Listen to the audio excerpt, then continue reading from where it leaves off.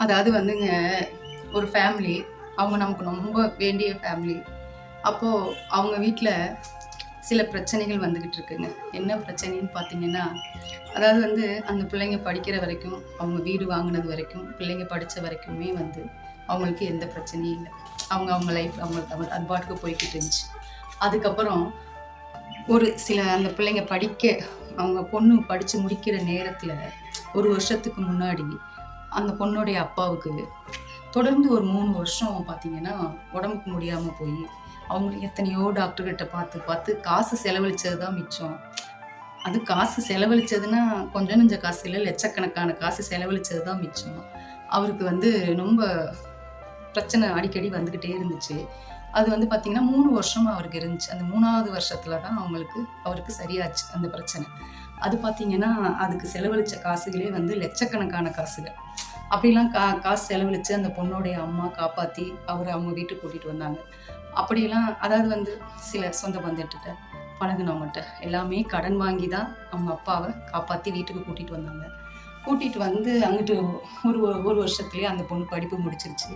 முடிச்ச உடனே என்னாச்சு, அந்த பொண்ணுக்கு வந்து கல்யாணம் பண்ணணும்னு சொல்லி அவங்க வீட்டாளுக, அதாவது அந்த பொண்ணோடைய அப்பா வீட்டு சைடு தான் அந்த பொண்ணை கேட்குறாங்க.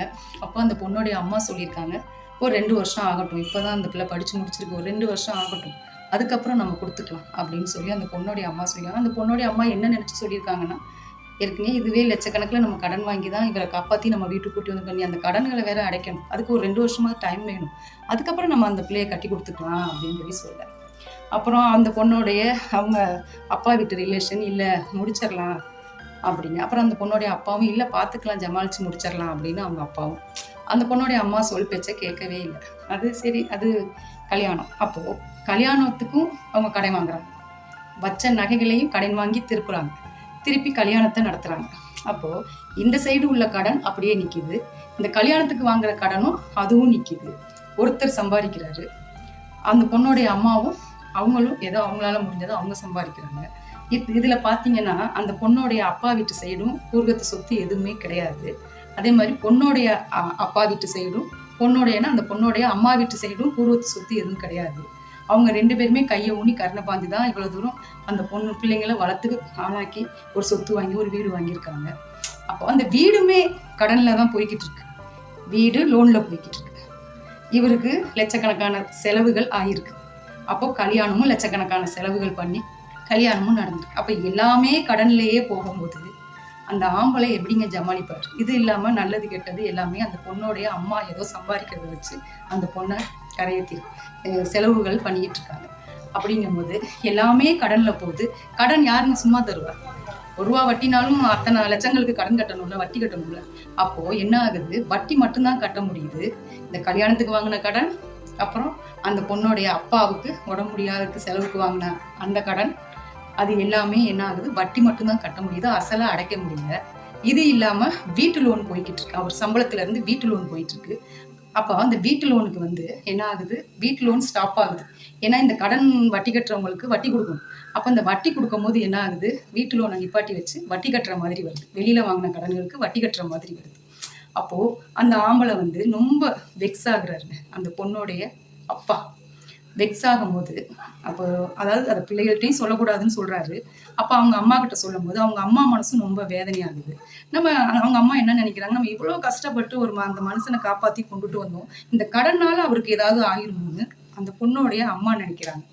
அப்போ நினைச்சு அவர் புலம்பும் போது ரொம்ப ஒரு மாதிரி வெக்ஸ் ஆகுறாங்க. அப்போ அவர் சொல்லியிருக்காரு, நம்ம சம்பாதிக்கிறதும் பூராமே கடனுக்கு வட்டியில தான் போயிட்டு இருக்கு, நம்ம ஒரு அசலும் அடைக்க முடியல, நம்ம வீட்டை வித்தரலாமே அப்படின்னு சொல்லி அந்த பொண்ணுடைய அப்பா சொல்றாரு. அப்போ அவங்க அம்மா சொல்றாங்க, நான் அதுக்கு தாங்க சொன்னேன், இந்த உங்களுக்கு உடம்புக்கு முடியாத வாங்கின கடனை அடைக்க கொஞ்சம் 2 வருஷம் டைம் ஆகணும், நம்ம வாங்கி அடைச்சிட்டு அதுக்கப்புறம் நம்ம அந்த பிள்ளையை கட்டி கொடுத்துங்க, நமக்கு இவ்வளோ பிரச்சனைகள் வந்திருக்காது, என் பேச்சை ஒரு சொல்லு கூட நீங்க கேட்கவே இல்லை, ஏன்னா அந்த பொண்ணுடைய அம்மா சொல்றாங்க. அப்போது இது என்ன ஆகுது தெரியுமாங்க, எல்லாமே எவ்வளோ ஒரு லட்சியத்தோட கல்யாணம் அவங்க பண்ணிட்டு இந்த பிள்ளைங்கள பெற்று வளர்த்து ஆளாக்கி அதுகளை 2 டிகிரி படிக்க வச்சு, பையன் இன்னி படித்து முடிக்கலைங்க. பையன் இன்னி படிச்சுக்கிட்டு இருக்கான் இன்னி 1 வருஷம். அதுக்கப்புறம் தான் அவன் வேலைக்கு போவான். அவனோட சம்பளம் வர்றது தான் ஏதோ வீட்டுக்கு கொஞ்சம் வரும். இன்னி 1 வருஷம் ஆகும். அந்த 1 வருஷத்துல இந்த கடன்கள் வந்து நெரிக்கும் போது அந்த மனுஷனுக்கு உடம்பு முடியாமல் அடிக்கடி போகுதுங்க. அதெல்லாம் நினைக்கும் போது அவங்க சொல்லி ரொம்ப வருத்தப்படுறாங்க. என் பேச்சை கேட்காம விட்டுட்டாருங்கக்கா, இவ்வளவும் இப்படி நடந்து போச்சுக்கா, இப்போ நான் என்ன செய்யறதுனே தெரியலக்கா, இப்போ இவர் இப்படி சொல்லிட்டு இருக்காரு, நான் காப்பாற்றி அவர் இந்த வீட்டுக்கு கொண்டுட்டு வந்ததே பெருசுக்கா, இப்போ இதனால இந்த கடன்கள்னால அவருக்கு ஏதாவது ஆயிருமோன்னு அந்த பொண்ணு வந்து சொல்லிட்டு அழுகும் போது அவ்வளோ மனசு கஷ்டமா இருக்குங்க.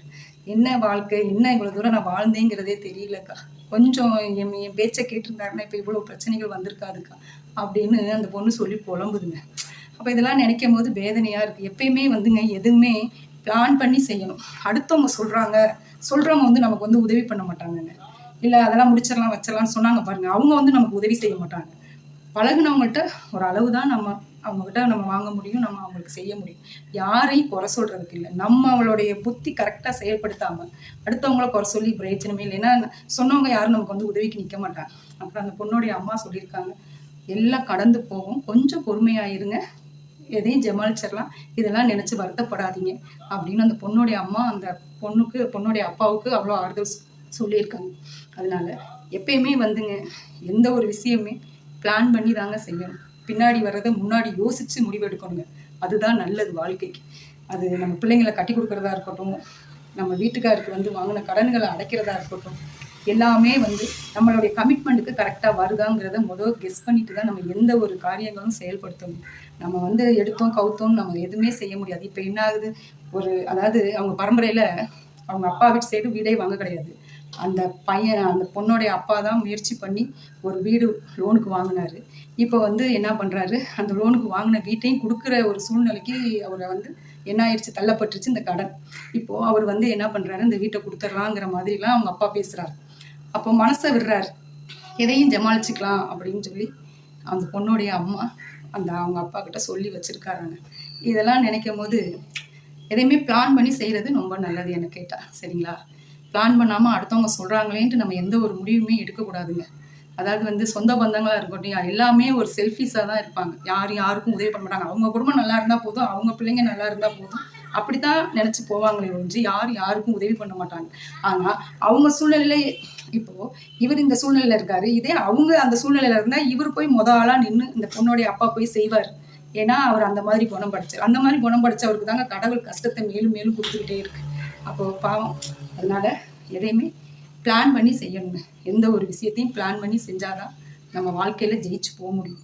பிளான் பண்ணாமல் இந்த காரியங்களை அடுத்தடுத்து, அதாவது ஒருத்தர் கடன் வாங்குறாரு அப்படின்னா அந்த கடன் முடியங்காட்டி இந்த கடன் முடியங்காட்டி இந்த கடன், இப்படி அடுத்தடுத்து கடனை வாங்கி முடித்தோம் அப்படின்னா இப்படி தான் கடனில் போய் நிற்கணுங்க. அதனால தைரியம் வேணும், ஏதோ மனசை விடக்கூடாது, இதுவும் கடந்து போகணும்னு அந்த பொண்ணோடைய அம்மாவுக்கு நான் சொல்லியிருக்கேன் அட்வைஸ். அதனால பார்ப்போம் இதுக்கப்புறம் எப்படி அவங்க ஃபேமிலி போகுதுங்கிறத பார்க்கணும்.